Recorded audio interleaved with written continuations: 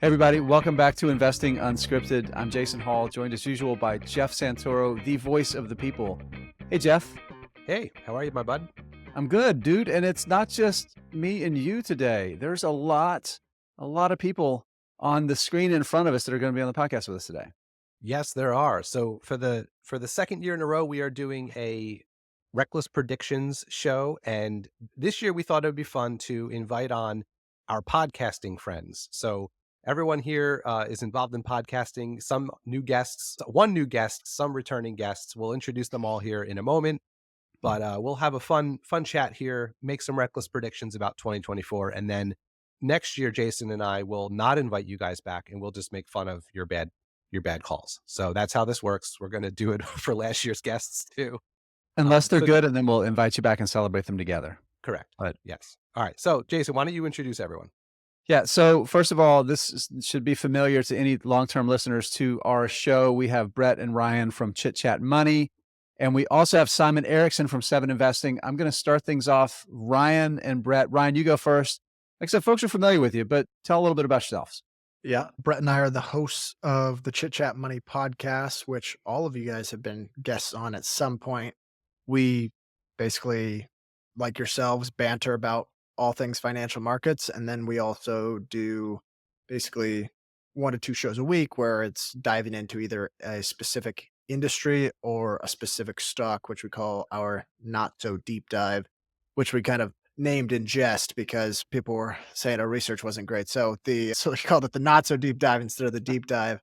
I like to beg to differ. I like to think we do a pretty good job, but I just love that the I'll naming leave it is at that. entirely trolling somebody. That's the best part of it to me. We were trying to come up with a different name, and I thought not so deep dive kind of stuck. Yeah. All right. And then, my name's Brett. I'm the other co-host of Chit Chat Money.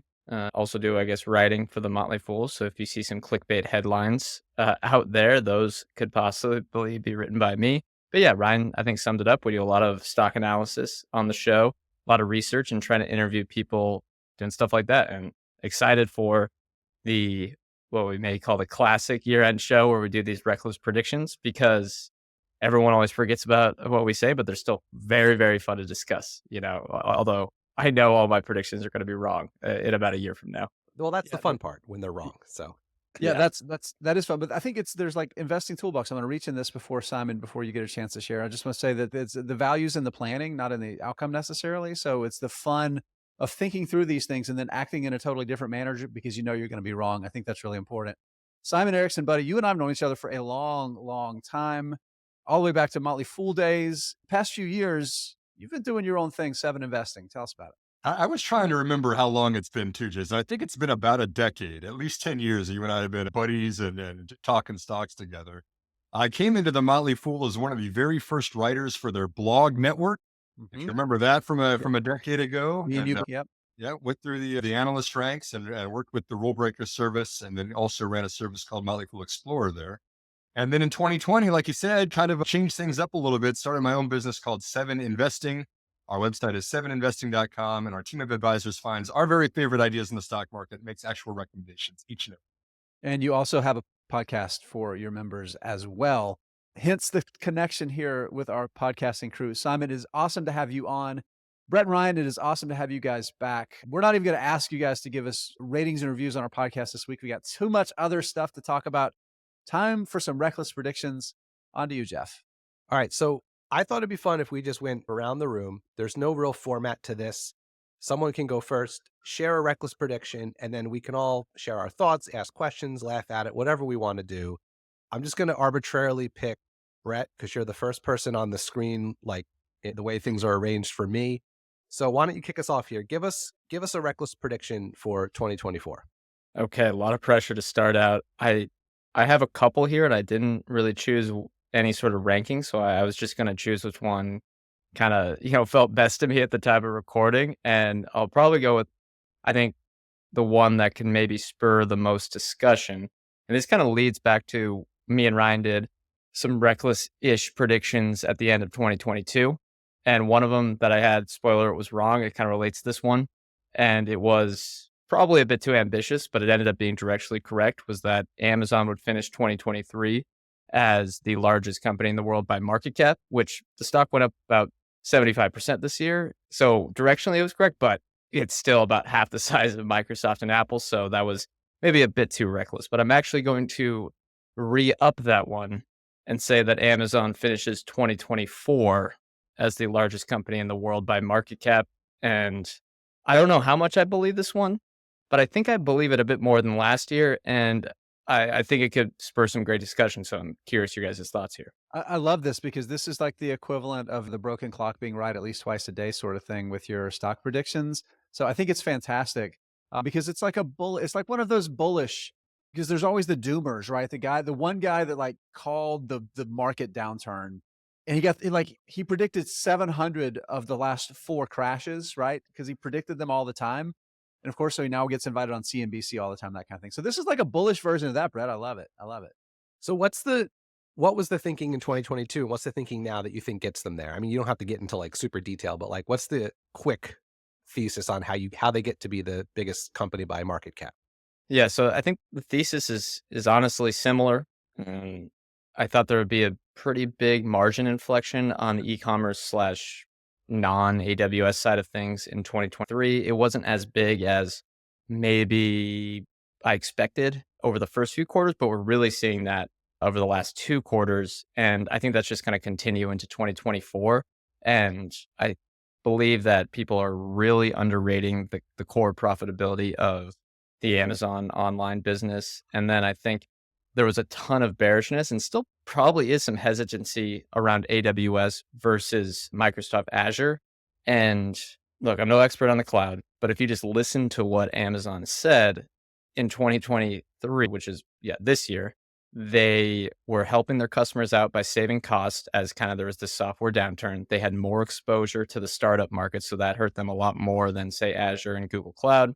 And then the generative AI stuff, they were clearly behind at the start, but are really getting their behinds in gear going into the next year or so and trying to catch up here. So people are seeing, Azure's growth rate. They just look at that revenue number and they say, wow, Azure's growing quicker than AWS. And I think we're just going to see a normalization in that. And this oligopoly of cloud companies will continue to grow and people are going to get like, this is not how any of us invest on a 1-year time frame. But if I'm looking at the 1-year time frame, I could see people by the end of next year becoming optimistic on AWS again. And the e-commerce business gets to 10% plus operating margin, that we see this company generating over $100 billion in operating income. And I wouldn't be surprised if they're valued at over $3 trillion. So that's a perfect opportunity before Simon gives his first reckless prediction to promote our next Investing Unscripted 2024 portfolio contest, where we are judging our acumen on a 1-year rate of return. So stay tuned for that episode coming out soon. Simon, what's your reckless prediction? Your first reckless prediction. You have a passel of them, so you say. I had to go reckless, Jason. I couldn't just go with something normal. I had to make this crazy and zany and fun for you guys. So my first reckless prediction is that in 2024, the Tesla Cybertruck is going to outsell the Ford F-150 Lightning in America. Now, why is that significant? Because, first of all, EVs are new. We know this is an important market, and we know the Cybertruck has been delayed for a while, but it's finally got its first deliveries that are leaving out of Austin, going to customers now, right? We're starting from scratch, from ground zero here. Whereas the F-150, the gas-powered F-150 truck, is the best-selling vehicle in America, right? Down here in Texas, Best-selling vehicle. Yeah. Best-selling vehicle, right? Down in Texas, they have more F-150s than they have kids down in this, right? So this is like, they're trying to transition. Texas too, let's be honest. That's right. It's right. It's a status symbol down here. But Ford is trying to transition from the internal combustion engine to the electric vehicle. Obviously, it's got an opportunity to disrupt itself, so to speak, if it can put on an electric truck. But it also just cut its production forecast by 50% for the Lightning. Right. They said they're going to cut it back to 1,600 vehicles per week, which would be 83,000 for the full year. And actually, they're not even selling at capacity right now. They're selling less than that. Whereas Tesla is saying, hey, we're going to ramp ours up to 250,000 steady state. You're not going to have that in the first year, but I still think when you look at the total numbers, I think the Cybertruck, as new and zany as it might be, outsells one of the most iconic brands in the shift to electric vehicles next year. Bold. It's a bold. That is bold. It's interesting how both like Cybertruck's ramping and F-150 is really stalled out on, Ford is really stalled out on the Lightning there. It's quite underwhelmed, I'd say. I think I think that's actually a really good prediction, Simon, because when you're comparing it to the electric F-150, for sure, what I wonder with the Cybertruck is how many actual potential, like I have a feeling it's going to cater to non-truck people, like the person who never would really buy a truck, but wants the Cybertruck. So I think it's going to be fascinating to see how that plays out. I like that. Be interesting. Yeah. Go ahead, Jason. Sorry. Yeah, no, a couple thoughts on that too. Like so I had paid a deposit for an F-150 Lightning and ended up not getting it because the price changes and accessibility and some stuff like that. And now I've left them on. I get these regular emails from Ford, and I could drive 30 minutes in any direction and go on truck lots and look at 15 of these trucks any given day. They're out there. They're available to buy. So it's definitely an issue for Ford. That's for sure. My biggest question for Tesla though is, can they make 100,000? Can they make 85,000? Right? Can they actually produce them? They've had so many issues. The steel they're trying to use, the weighted, like all of the challenges they've had. It's like production hell squared. So if they can make enough, they'll sell them. I just don't know if they can make enough. And I think the common mathematical calculation for it is, and this is very technical, Jason, so bear with me, but you take Elon's number that he says and divide it by 2 to what is actually going to be possible. Yeah, divided by 2 plus 3 years, I think. Right, So that's right. Yeah, we're plus at 3 3 years. We're at that part, right? So there we go. But he says that he's going to get to 125,000 steady state by the end of next year, and that he's already got 1 million people indicating interest in buying the Cybertruck. Whether or not that's actually true or not, I'm certainly that some of it is true. That could be interesting. All right. No, that it's going to be fascinating to watch however it shakes out, because everything with Elon Musk is interesting in some way. All right, let's go to Ryan. You can go next. What's your first reckless prediction? Well, I'll first add to Simon's point there some anecdotal evidence here. I was at the mall Christmas shopping, and they've got one of those Tesla showrooms, where it's got all the cars, but it's like a faux dealership kind of thing. Like you can look at them, but you can't buy whatever. There was a Cybertruck, and I gotta say the demand is certainly there. This line was like out the door, around the corner for like tons of people just wanted to go and see this thing. So I think I stand with Jason there, which is the demand is there, the production's kind of the question. My reckless predictions, I'm going to provide 3 with 0 data to support them or back them up. First, the Magnificent 7 equal weighted will finish down next year. So 2024, if you take the Magnificent 7, which I think is Microsoft, Apple, Amazon, Google, NVIDIA, Tesla, Meta. Down. Total returns will be negative. Housing, the average home price in America will finish down 10% relative to this point. The current price today, down 10%, same time next year. I said that last year, and I think it's like kind of close. So whatever. No data to support it. Last one, Match Group will be acquired. If it's still trading at this price next year, it will have been acquired. Those are my 3. First of all, I want to say having no data to support your predictions is exactly the vibe of this show. So well done. You nailed the spirit. I think the Mag 7 one is interesting because I was thinking about this as we were, not to plug next week's episode too much, but we're doing this portfolio contest. So tune in next week to hear how that's going to go. But having done this 1-year stock picking game for 2 years in a row now, so much of it is not so much how much you like the business, but where it's trading on December 31st in terms of thinking about just this 1-year game. So do you think that those 7 stocks will underperform simply because they've had such a good run this year? Or do you think there's some number of them that actually do have some fundamental challenges that will manifest in 2024? Or is it both? That's a good question because, like I said, I've got no data to back it up. So I'm going to make go some with data up. I do think some of the valuations. We will not fact check your data. There's fact checking here. So I got a couple things. I do think Apple there's some headwinds. I think some of the App Store stuff, if anything materializes both between them and Google, whether it's just headlines or potential impact, I think it can affect what people are betting on for the stock, especially related to the search engine deal, the Safari deal. So I think there's some headwinds for both those companies.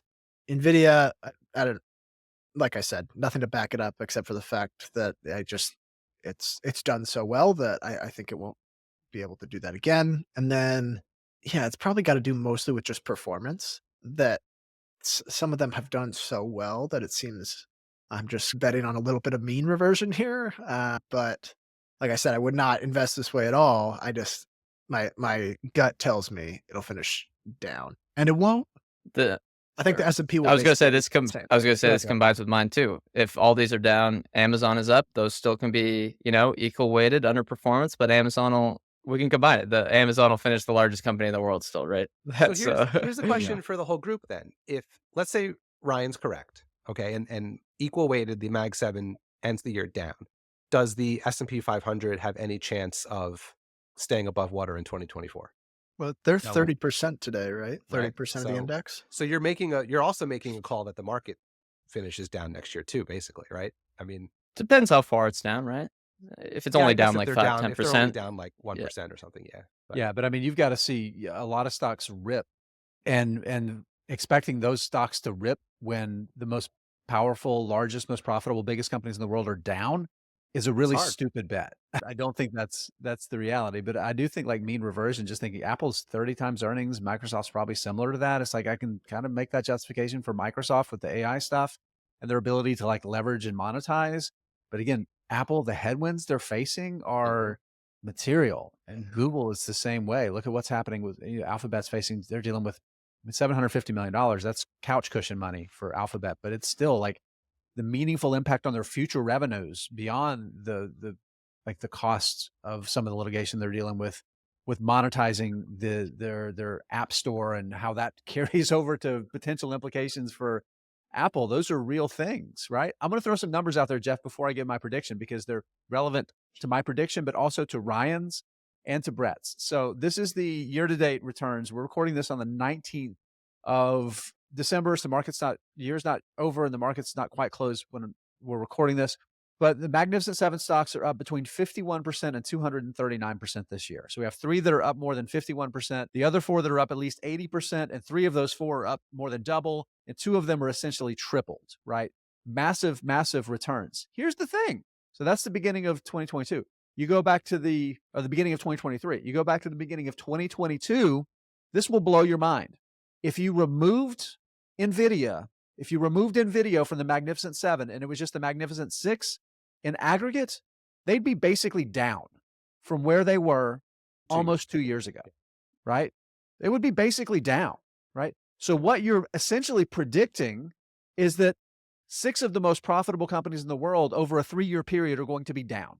Okay, that's fine. I'll buy that. But I also say I could very easily get behind the inverse, that they're all going to outperform. Yeah, right. Of course. That's the idea behind these reckless predictions, because I think they're like how we feel. And then when it comes to investing, you don't invest how you feel.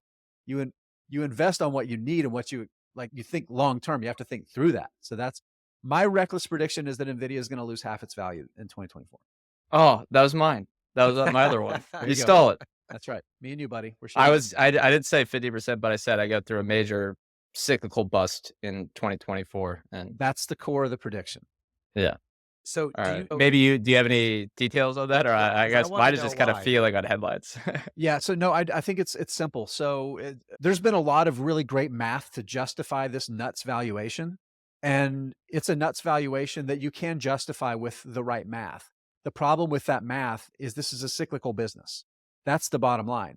There is a perfectly valid, legitimate chance that buying NVIDIA for today's price and holding it for 10 years, you're going to make money and maybe even beat the market, but you're also going to lose half your money within a year, right? Both of those two things are very realistic outcomes, because all it's going to take is this land grab that we've seen into artificial intelligence, one little bit of bad news on the economy globally, and the companies, it's really easy for them just to pull back on spending on data center and cloud spending. You talked about that with Amazon, what they dealt with startups and VC, like the impact of the VC money drying up affected their business directly. You think about that broadly on the economy, and all of a sudden companies that have thrown money at AI to impress investors and to impress customers, and they're not monetizing it, and then the economy gets bad, they stop spending money. And you know what that means?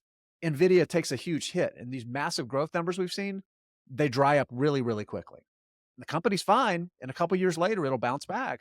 But I think that's a very realistic possibility to happen as soon as 2024. 2 things to add on there. That was part of I agree with that. That was part of my reckless prediction as well. 2 things though. 1, the geopolitical risk with China, it is materializing, and it actually may have, these are a bit of hot takes from some people and people disagree with that, but it may have helped the numbers over the last few quarters as that market tried to really Pulling ramp up their forward. supply. But yeah, Yeah. pull forward. Yeah. And I think that could have a major impact on revenue, although again, that's a little bit unpredictable. And then a third thing, or excuse me, second thing for me, third thing overall of what is actually happening is all three of the hyperscalers, so Microsoft Azure, Amazon Web Services, and Google Cloud, are trying to vertically integrate more and more with their training chips and their computing chips and all the stuff that goes along with the generative AI. And I think the reason NVIDIA's operating margins are so high is because the prices per unit that they're selling are extremely high right now because there's a restriction of supply. And that is incentivizing, like the higher those prices are, I think is just the more and more incentive for these hyperscalers to invest in their own chips because NVIDIA is such a large take rate on their cloud business now.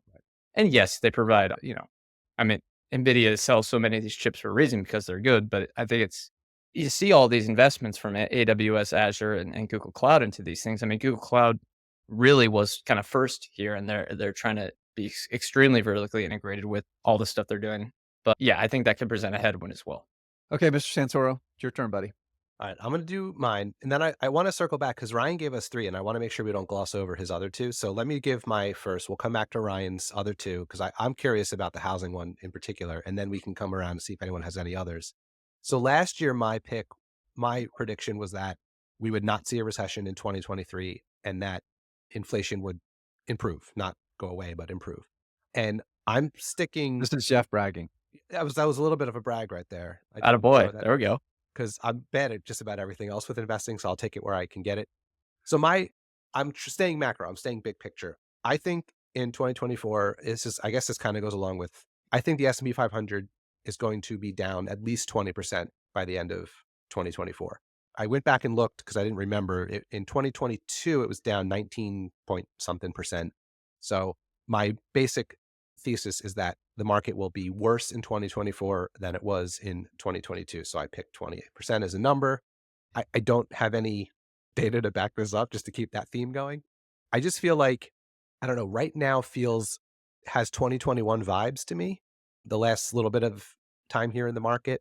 And I was thinking through like all the uncertainty that's out there. There's 2 major wars happening. We still don't know what's going to happen with a potential recession. There still is inflation. The Fed may or may not cut rates in 2024. There's going to be a very contentious political election this year. Like there's a lot of uncertainty. And I also think too, some of the impact at least I was expecting to see in this year as a result of higher interest rates, I think might just be coming later. So I wonder if some of the bad returns I'm predicting in 2024 actually come from business fundamentals starting to crack a little bit. I don't know, a lot of talk about pricing action in 2023, and at some point that ends. So I do wonder if we're going to see businesses that have been able to pass those costs along to their customers have the chickens come home to roost, so to speak, a little bit in 2024. So all that together, my reckless prediction, market's down 20% or more in 2024. That's All right. interesting. So, Jeff, I think you want a recession because I think you want cheaper stocks because you want to buy more stocks. Narrator, he does. There you go. Love it. Love it. But I do think it's interesting. You and I've talked offline about this, and I've made some videos on our YouTube channel about it. Like the cost of capital. Cost of capital hit VC already, right? It's hit startups. It's hit IPOs. We've seen that play out in real time, right?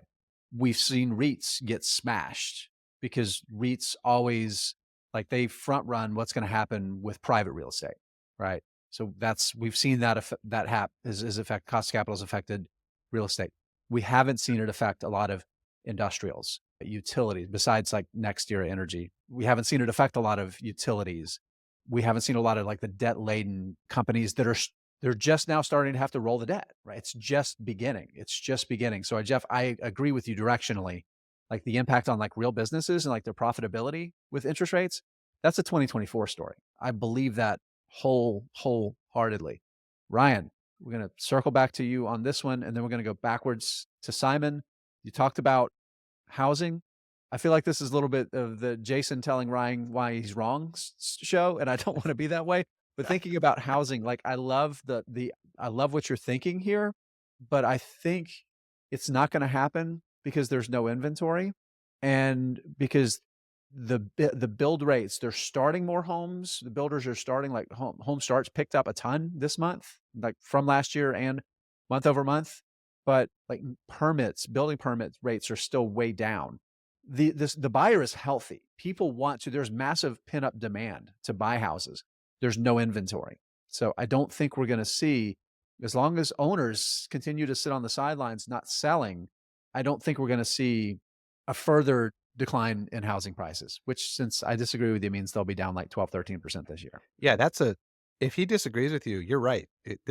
Your prediction will come true. So It yeah, and I think sometimes I just, like, it's just the non-homeowner in me, like, I was going to say, are you prices will planning to come buy a down for house in sure. 2024? Is that you're that's your plan? trying to manifest it to be so. Yeah. No, so okay, I went through this last year. Brett and I talked about this over and over, and I'm sure the listeners got bored of it, but all the points you made, uh, see that, and I see that there's this massive undersupply, but at percent plus mortgage rates, it requires basically, like, what was it, 40 to 50% of the median income earner in the Yeah. US, 40 to 50% of their monthly No, it's income unaffordable. It's not. dedicated Yeah. Right.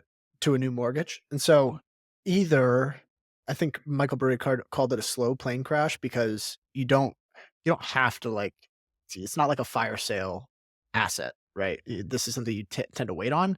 But I think as people progressively see their neighbor sell their house at 10% less, suddenly there's going to be that price realization where people are like, okay, my Zestimate is not what my home is worth. My home is worth what people can afford. And the fact is, people simply cannot afford it at 8% mortgages. And either prices stay exactly where they are, which is very possible, and transactions come down, which is what happened this year. Prices came down Right. slightly, but transactions were down like 50 or 60% year over year.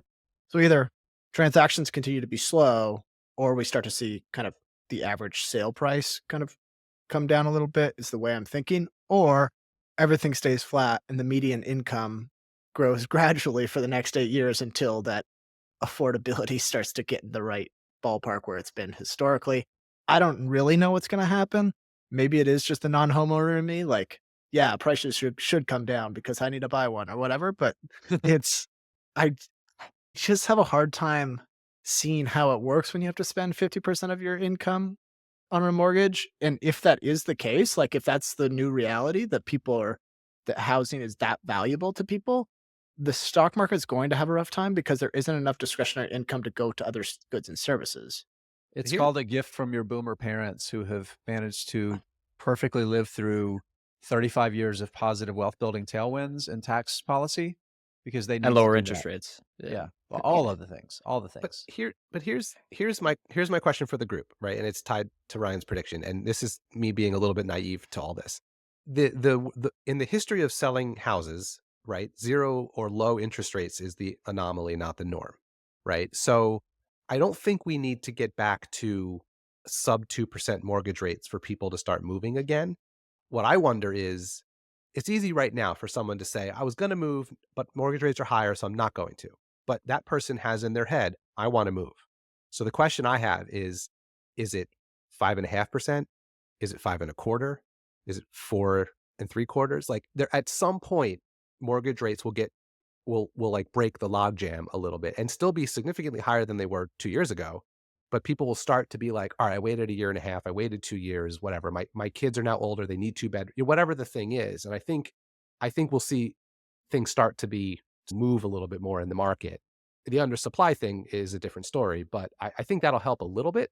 I don't know. I don't know what everyone else thinks about that. I like, yeah, Or I like that. And I would also, 10% might be a little dramatic, like a 10% decline. But I think that's kind of what I'm trying to get at, Jeff, is that there's a lot of people who There's a are reason we just, call this the reckless prediction show, Ryan. it's You're right on brand. Yeah. going to be a slow grind down because there's a lot of people that are willing to wait. I mean, it's a home we're talking about. People aren't like selling it like a stock. So it's, unless we go back to like the iBuying days, it was, we're seeing that now, where I think it's, and you see everyone has their own anecdotal evidence where it's like someone saw their neighbor sell their house for $1 million last year, and they say, well, my house is worth more than their house, but rates are up 8%. they're just not going to sell for a while until they realize that the only bid they're going to get is a certain price. So that's why I think it's going to be like more of a slow, steady grind down unless rates come back down. Yeah, let me add some stuff here. First, I will say, Jason, you said it was reckless prediction. We do this. Me and Ryan do something similar every year, and he always has his predictions, and I go, well, right, how reckless truly is that? But it's okay. This is still a fantastic discussion.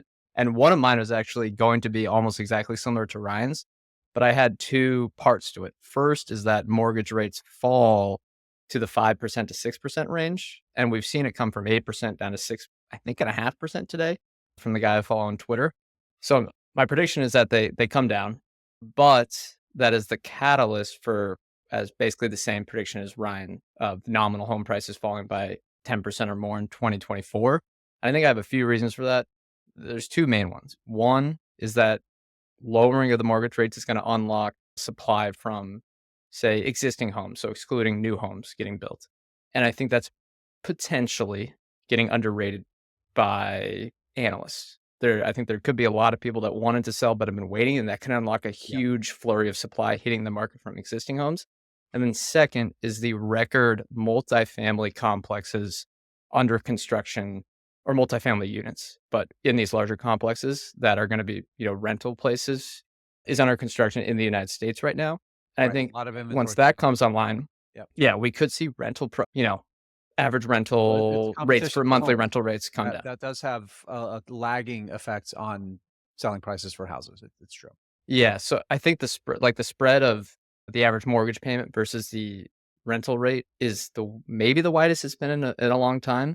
Yeah. And I think there's going to be, if rental prices don't go up, or not rental rates don't go up, and if they even go down, that could cause more pressure on the difference between affordability for renting versus buying. And I think that could, even if homes get a little bit more affordable because mortgage rates come back to the normalization of kind of a little bit higher than long-term treasuries, I think that could be a catalyst for that as well. Simon, haven't heard from you for quite some time here, buddy. What's your second reckless prediction for us? This is all fascinating. I think that the second one, this is kind of related to a lot of the things we've talked about, is the opportunity cost of capital. Yeah. If you talk to people a month ago, anyone felt like a genius who was getting 5% for parking their cash in the bank, right? I remember cocktail parties, everyone's like, hey, why would I invest in stocks? Only 5%. I'm getting 5% a year just by parking it. Yeah, we've had a pretty good year in the stock market in the 6 weeks since those conversations were happening, right? And look at Santa Claus rally now. Everybody who's got that money parked is saying, oh, I should have bought. I should have put it back in the market. I mean, these conversations will be different a year from now, even just in a couple of months from now. You should look at kind of like the bigger picture, this animal spirits mentality of the stock market. Mm-hmm. There's FOMO. There's greed. This is how these auctions that are called the stock market work. And I think that we've seen money on the sidelines for so long, and other viable opportunity costs, and eventually people are going to say, I'm putting my money back into equities. And that's going to influence a lot of what happens next year, S&P included. To answer your question, though, my second prediction is related to the bifurcation of financial services now.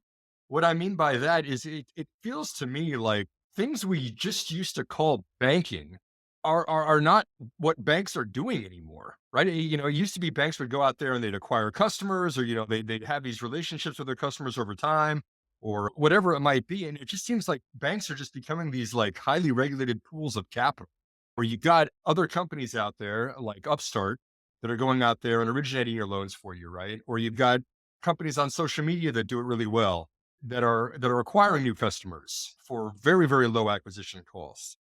You've got apps like SOFI who are managing that relationship through this really user-friendly app, whereas your bank app probably sucks, at least compared to the ones that have built in the last couple of years. I feel like banks are just becoming like these highly regulated pools of capital. And so my second prediction is, I think that if you put a basket of 3 stocks in each of these, one that we'll call fintech and one that we'll call banks. The fintech one I'll put SoFi, Upstart, and Affirm Holdings in the fintech basket. And then the bank basket, I'm going to put JP Morgan, Bank of America, and Citigroup. I think the fintech basket outperforms the banking basket by 10 percentage points at least next year. And that probably might even be 2025. Spicy take there. Yeah, I'm going to support this one. And I would say that basket, Simon, again, the caveat is the economy doesn't tank close to the end of the year and cause the market to tumble, I'd say that basket goes up 30, 40% this year. I think that's a reasonable it's not reasonable, but it's a perfectly reckless reasonable. And you look at the market caps too, just to add something to this, Jason, I jotted this down. JP Morgan's a $500 billion market cap roughly. Bank of America is still $250 billion. Citigroup, $100 billion. SoFi is $10 billion. Affirm is $15 billion. Upstart is $4 billion.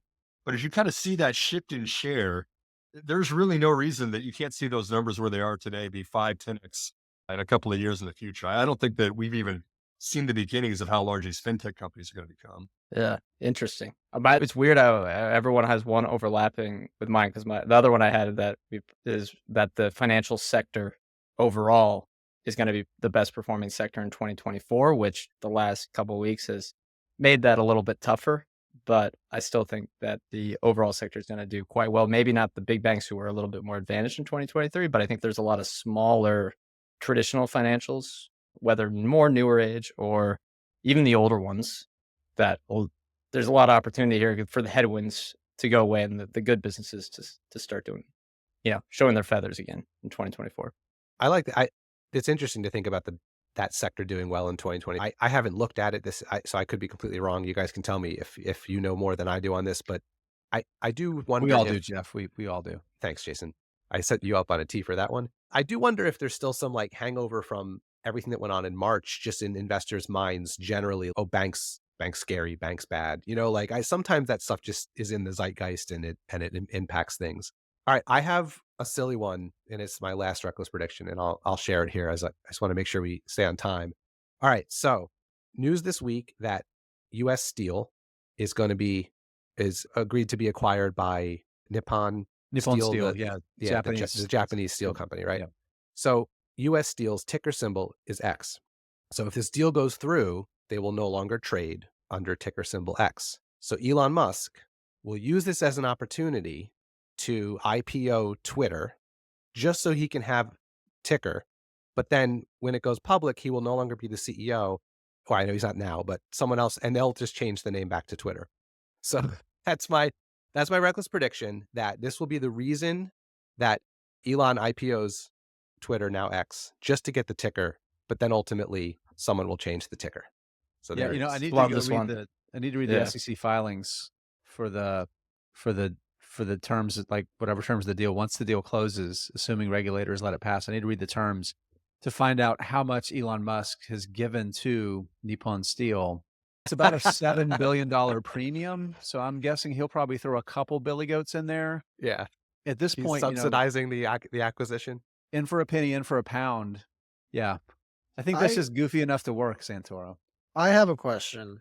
Yeah. Because you say that, and I think this is the perfect opportunity for some revenue-less SPAC to go out there and get the ticker X and resell it to Elon. Is there such thing as ticker pirates, the way they've got URL pirates? Yeah, that happened with Meta, the META one. I think Facebook, now Meta, bought it from someone. Was it NYSE or was it NASDAQ? Which one were they listed on? U.S. Steel before? Do you remember? I think it's New York Stock Exchange. Yeah, U.S. Steel. I can check right now. Yeah, they're on the New York Stock Exchange. They need to do an auction for that one. Highest bidder wins. Let's crowdfund the money. Come on, that's right. We can do this. I think we could probably scrape together, enough. All right, so we might have to ask one or two more of our podcast friends to get involved before we jump. So we're going to do a lightning round in a minute or two, but before we do, does anyone else have any other reckless predictions they brought to the table that they want to make sure they get off their chest? Yeah, I'm going to predict that Jeff Santoro's portfolio returns, his actual portfolio returns, percentage basis, are superior to mine this year. What? Why would you predict that? Because it's a reckless prediction that's not going to happen. That's why. All right, you heard it here. We will review in a year. All right, so lightning round. What do you want to do, Jason? You want to have everyone answer each question, but really quickly, and then we'll just kind of here's the rules. Here's the rules. Right. We ask the question. You get 3 seconds to think about it, and then you blurt out whatever your gut reaction is. No caveats, no explaining it. It's out there for the world to own, and then you have to own it in a year. That's the deal. That's the deal. All right, Jason, you read the first one and you call on who you want to answer. Okay. All right. Better performance in 2024. Bonds or the S&P 500? Ryan Henderson. Bonds. Because I got to go with No, That- that's it. That's it. You can't right. say anything else. Well, it Tell follows my reckless prediction. There you go. There you go. All right. Are we going to give everyone else the chance, or are you just going to ask one person? All right. Just one. Just one. All right. Next question. What is the best and worst performer in 2024 from the Mag 7? And I don't mean to pick on the same person, but Ryan, because you brought a Mag 7 prediction to this podcast, you have to answer this one as well. Best performer and worst performer out of the Mag 7 in 2024. I think Amazon will still do well. I'll take Amazon as best performer. I'll take as worst performer just because it's been so good this year. Love it. Okay. Ready? Here's the next one. So popular theme in 2023, a theme of stocks that did well this year that will have a bad year in 2024. Simon. No, geez. Okay. I mean, everyone is obsessed with AI right now, and everyone's following this Altman, Sam Altman open AI thing. Mhm. I think that, I don't know if this is a bad theme, but I think that company is going to get slashed into pieces because they're going to have a lot of the talent leaving OpenAI. I think that, this was just the first domino of the fall. We've seen it before, like companies like Salesforce, really, really great talent pools for really smart people. Yeah. And OpenAI certainly did that. But you can just see the divergence, right, between AI and between Sam of like, it's this open source AI platform like it was intended to be, or is this a commercialized, The goalposts are getting moved to another stadium in another city for another sport. And by the way, this could affect all of humanity, right? AI is, being cautioned by people like Elon Musk and very smart people as possibly blowing up the, humanity. So we've got ultimate riding on this, and OpenAI, I think at last valuation was like a $90 billion company, $100 billion company. Mhm. I think that indirectly answers your question of, what was popular last year that's less popular this year. I think that OpenAI is worth significantly less because they're trying to do too many things. And I think there's going to be a talent migration. And it's going to pull the whole AI theme down with it. I think that's reasonable. I really do. I mean, I'm the guy that predicted that there's going to be a hard crash for NVIDIA because people are going to stop buying those big AI servers. So I'm not going to argue there. And one comment on that right now is that like NVIDIA has been the one to cache the AI craze so far. Yeah. Right? It's been in the hardware rather than the software and rather than the platform. But you see in stuff like prompt engineering out there, now people are figuring out how to use this thing, how to train AI to answer questions more efficiently. That's hugely valuable for the enterprise. So you're going to see a whole bunch of these, boutique AI firms, whatever we want to call them, the people that did that at OpenAI because they were the front runner and the innovator. I think they're going elsewhere and they start their own companies. All right. What's next, Jeff? Okay. Brett, this one's for you. Name a company you think will get acquired in 2024 and by whom? Electronic Arts, Disney. I was going to say Amazon, but I hope it's not Amazon. I like that. Disney. Yeah, I think we're going to keep seeing consolidation in gaming. There's no doubt about that. There's doubt no about way. it at all. There's no way. Yeah, I think the clear is well, I mean, they've been apparently trying to prod. I don't know. The rumors, there's rumors on Disney every week, so it's hard to get a good read, but they've been trying to prod the company to acquire Electronic Arts. And now that Activision has gone through, you can't block it anymore. Yeah. So I think there's going to be a lot of companies that want either Electronic Arts or Take-Two Interactive because they see them as viable pieces. But like with Activision Blizzard, I think they'll probably overpay. And it's not a strategic asset that's going to, they're good businesses on their own, but I don't see how it fits in. Disney is a little bit desperate right now. Maybe Sony buys. Sony could, yeah. Maybe Yeah, Sony. that's a good point. All right, let's do two more, Jason, then we'll wrap. Okay. All right. So let's see here. Two more. Oh boy. I'm going to skip that one because I already did that one. All right. This is fun. I want to put Simon back on the spot for this one. Will there be a recession in 2024? Yeah, I think so. Okay. We're done. That's it. That's all I can say. All right. So here's what we'll do. What qualifies as a recession again? What is it? The rule is kind of the goalpost. From my answer was declining. Like two quarters of economic. 2 quarters, right? Yeah. Right. Yep. Right. We're gonna pour Two. it. Yep. 2 quarters. Jeff, what's yours? All right. Here's the last one, and it's totally personal. So in our 2023 portfolio contest, Jason and I picked an unportfolio stocks that we thought would do poorly, and my 2 picks actually almost outperformed the entire portfolio. So everyone gets to answer. He did it this wrong, one. is what he's saying. I did it wrong. Yeah. In 2024, who will have a worst year in terms of returns, Meta or Tesla? Everyone gets to answer. Brett, you go first. Ooh, I mean, both are up so much. Okay, sorry. I got a Tesla. I think short term they have more headwinds. All right, Ryan. I would typically say Tesla, but there was rumors today that Mark Zuckerberg is building a 100-foot bunker in Hawaii, and I think that's to protect him from shareholders after he raises CapEx on Facebook Reality Lab. So, or what? Not Facebook Reality I know Lab. what you So, mean, yeah. Meta, the All right. CapEx is going to shoot up again. Simon, Meta or Tesla, worst? Well, my first question is, who wins the cage match, Mark or Elon? We didn't get that. We're supposed to go to the Coliseum, and there was supposed to be this big thing, right? Oh, I don't think there's Elon's a any question. baby. He's he'd get his ass kicked, I think. I mean, that might be the answer, is whoever wins the cage match has the better year for the stock, just because enthusiasm. I don't know. Meta's up 186% year to date. Tesla's up 105% year to date. I mean, these are both great. Heck of a year for both companies. I probably think that Tesla has a better year next year. So Meta underperforms. Chance. There you go. All right, There you Jason, you get to answer 2, and then you can wrap us. Oh, I get to answer too? Yeah. I don't want to answer. Probably Tesla, because I think they're going to struggle with the two things. I think they're going to struggle with the Cybertruck. I really do think it's going to be a problem, and they're probably going to have to make some major changes because there's going to be safety issues because of the weight. This thing's like launching a cannon at other vehicles. Those are going to be problems. I think they're going to be issues it has to deal with. And I Sharp think steel corners. Yeah, that's tough. yeah, and the larger lag that we're seeing with every other EV company out there with weak demand, eventually that's going to affect Tesla too. I really do. I think we're going to have a sea change of like solid state batteries that make the vehicles lighter and vastly increase range and charge time. I think Tesla's going to have a tough year. I really do. I really do. So I answered that.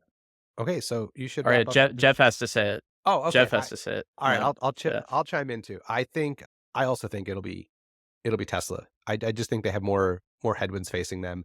I really thought the CapEx spend on Reality Labs, like you, Ryan, would be the thing that sunk Meta's ship this year. And I thought the year of efficiency was just, PR nonsense to calm people down. But there was a little bit more efficiency. So yeah, I would go with Tesla.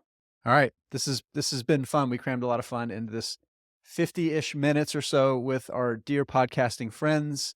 Brett, Ryan, Simon, really appreciate you guys coming on.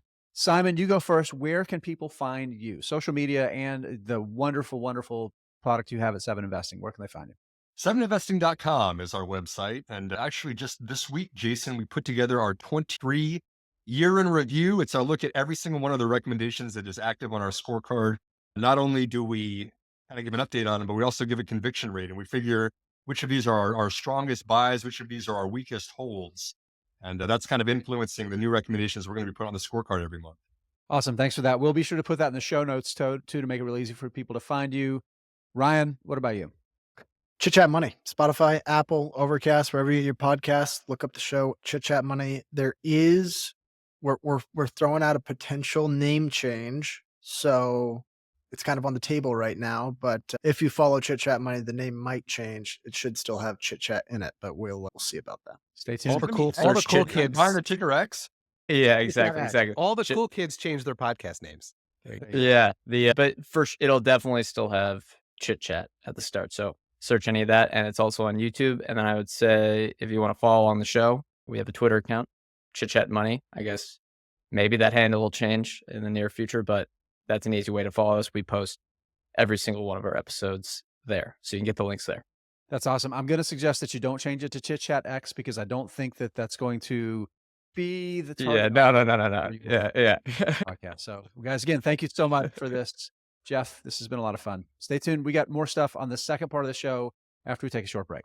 Hey, everybody, welcome back. I hope you really enjoyed the first part of the show today. We had 3 great guests, and I think we had a lot of fun with the predictions. I do feel a little bit, Jeff, like at some point I turned it into the Jason's picking on Ryan and his bad predictions episode. It was probably a little unfair to Ryan. Well, if he never comes back on the show again, we'll know why. Because of you, obviously. Yeah. So, all right. So this is the part of the show we're gonna take a look at last year's episode and the predictions. What exactly are we gonna do? So this is the second year we've done a reckless prediction show. We had different guests each time, and I don't know what we'll do next year, but that's what we did last year and this year. So I thought it would be fun if we spent 10 or 15 minutes here at the end of this episode, not necessarily picking on or praising the people who were right or wrong. But when I went back and listened to that show from last year, and by the way, if anyone is a newer listener, I do recommend going back and giving that one a listen. I don't remember the exact episode number, but it's from December of last year, probably 30 something, because the things we were talking about stuck out to me as being very interesting a year later. So for example, there was a conversation around the quote unquote crazy stuff that Elon Musk was saying. Episode 31. Okay, 31.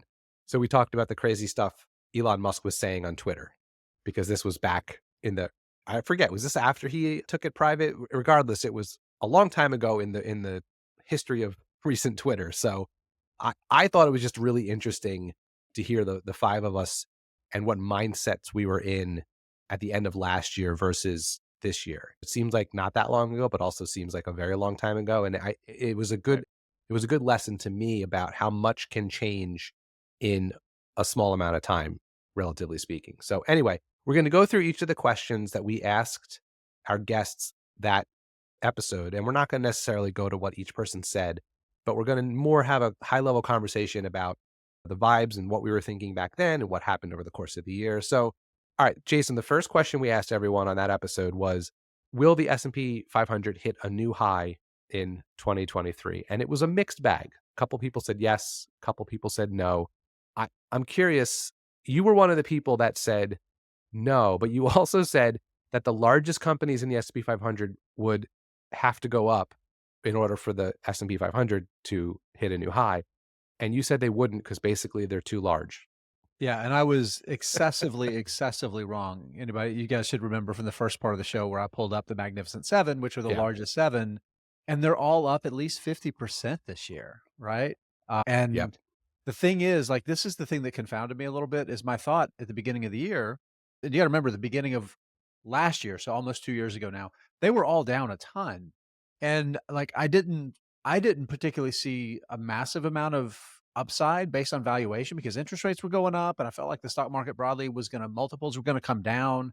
And what have we seen? Like Apple hasn't really grown its earnings, but it's trades for 30 times earnings now, right? So multiples have increased across the board. And so there's something insolvent, something insane, irrational, right? I mean, it's Well, I do think it's interesting. I feel like the people who thought the way you did were kind of right in the sense that it does seem like it was multiple expansion for a lot of these businesses more than it was actual, revenue grew. it wasn't earnings growth. Correct. Right. Right.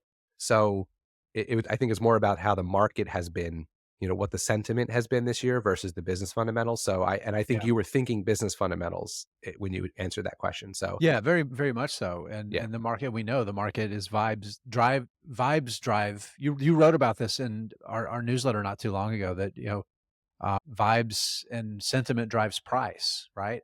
And that's what we've seen this year. The sentiment is very, very high coming into the end of the year. By the way, we're recording this on the 20th, so there's still a week of trading left. It's probably not going to be much of a change.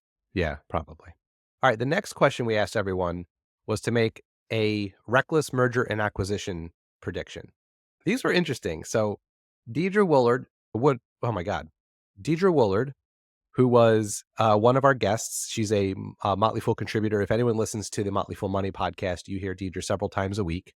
She predicted that someone would buy Kohl's, and she thought it might be Amazon. And that was an interesting one, and it made sense, but that has not happened. I don't think Kohl's has been acquired by anyone over the course of this year. No, but my God, I'm pretty sure they've been trying to, right? Yeah. That's one that may actually still end up being right, just not during the calendar year of 2023. So we'll have to wait and see on that one. But I thought that was a pretty good guess / prediction on Deidre's part. Travis Hoyam, another guest from last year on the podcast. Before you say that, real quick, the interesting thing about that prediction too is that there was a lot of talk about Amazon getting more into brick and mortar retail and like last mile for like pickups and stuff. True, that was part of the idea. That nothing's changed there either. Well, and just really quickly on Amazon, I feel like we were all in a very different headspace with Amazon as a company a year ago too. They were still operating income negative with the e-commerce side of the business, and still trying to, I hate the word right size, but basically right size the business coming out of the massive doubling of their distribution footprint over the previous 2 years. So they were still working out. I will posit, Jeff, I will posit that Amazon had a better year of efficiency than Meta. Oh, for sure. Yeah, no, I agree with that.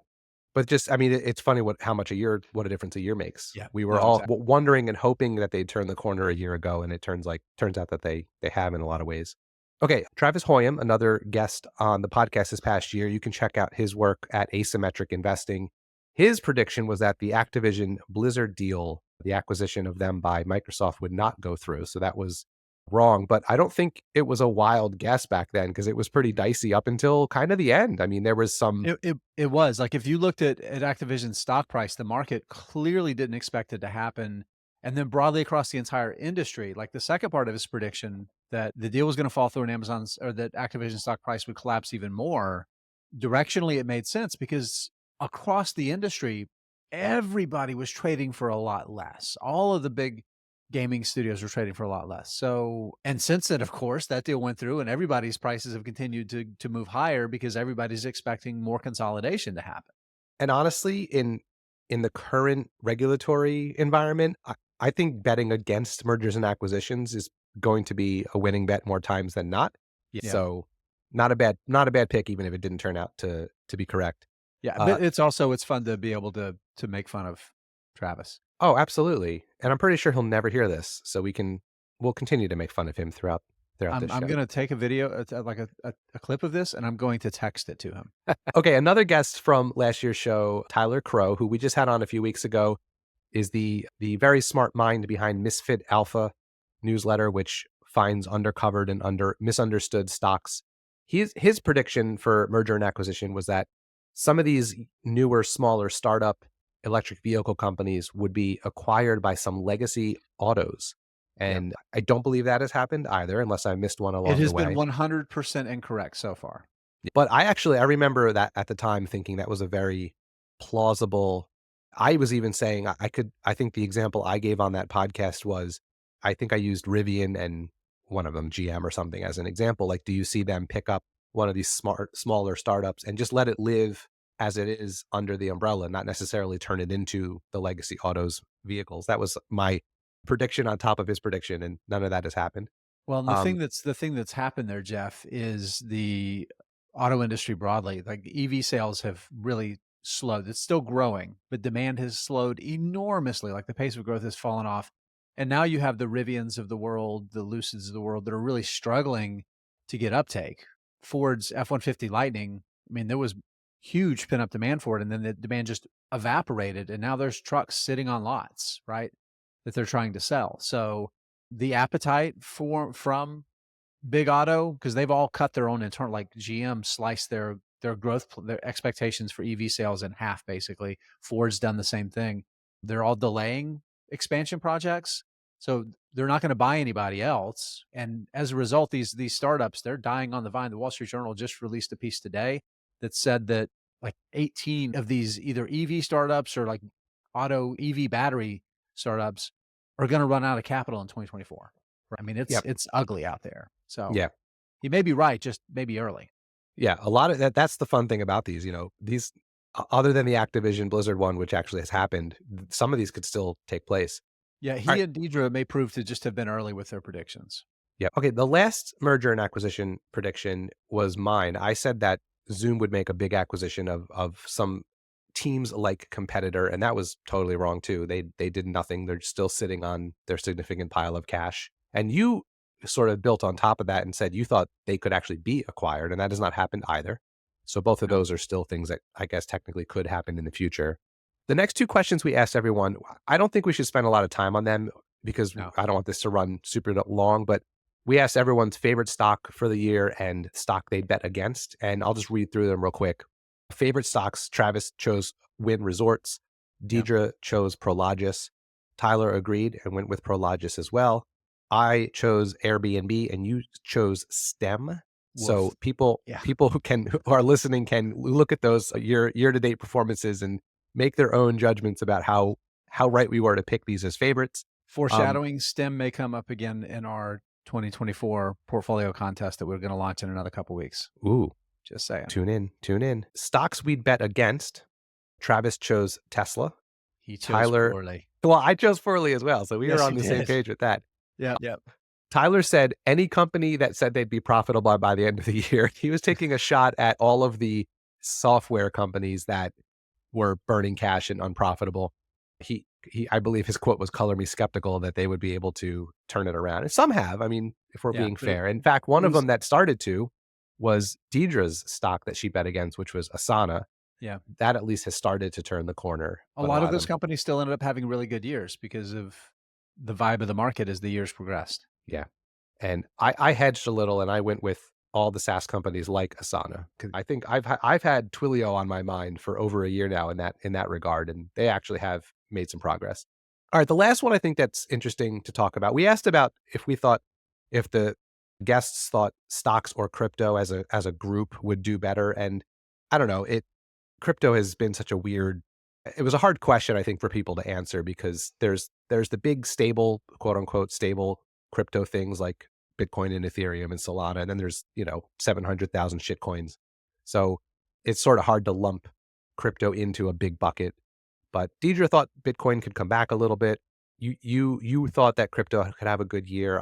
I felt like crypto would do better than people think, but maybe not have a great year. And up until very recently, maybe the last couple months, crypto kind of did nothing all year. And all of a sudden it's just been on a run, which is funny how people used to think it was a hedge against the market, and it has not been that. At least in my time watching it, it's been exactly correlated with the market. The market's been on a run. Through this recording, the S&P's up a ton. It's up like 26% this year. Is that right? It's 20 something. Yeah, I don't know. Yeah, it's really, really good. The NASDAQ 100's up 55%. That's remarkable, right? Mm-hmm. It's up 81%. Bitcoin's up 154%, and Solana 600%. Bonkers. Been a good year for crypto. This is the one I got right. All right, here's the last one. We asked everyone at the end for their own individualized reckless prediction. We call them the bespoke reckless predictions. Tyler predicted that inflation and interest rates would stay elevated, hitting 500. I said that I thought there would be no recession in 2023 and that inflation would be lower, trending down, not gone, but that the Fed would continue to raise interest rates. And I was mostly right on that. You and Tyler were both basically right. Yeah. I think I think the difference between the two of us is I think he thought inflation would stay a little higher than it did. It is elevated, but like his vibe was like 4%, not close to 3%. Travis predicted Tesla would lose money in 2023. They made $11 billion for those scoring at home. Let's be nice. With a quarter left. It was only 11 billion. That's true. They could lose 12 billion in Q4 and then he'd be right. So we won't know till after the year is over. Love you, Travis. And Deidre predicted that iBuying is over and that someone would buy Open Door. I don't believe that has happened. Well, iBuying, I don't know how successful it's been. iBuying is done. But over. No one has bought Open Door. And the last one, you predicted that tech stocks would underperform the market. Narrator, he was wrong.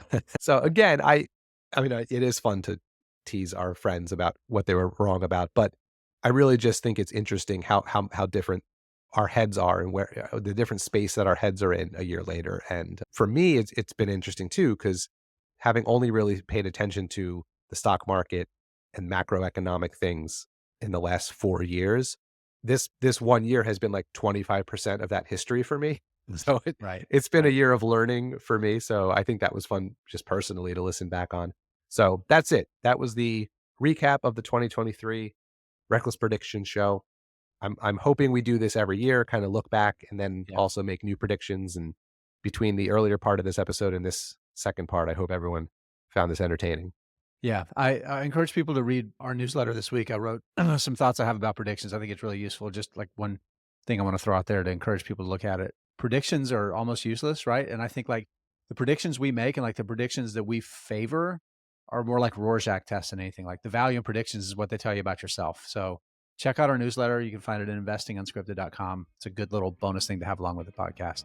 Jeff, I think we did it. We did it. All right, everybody. This was fun.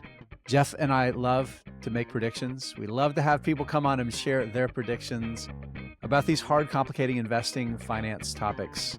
But you make your own predictions. So when you screw up, you can't blame us. You can do it. You can screw up on your own. I believe in you.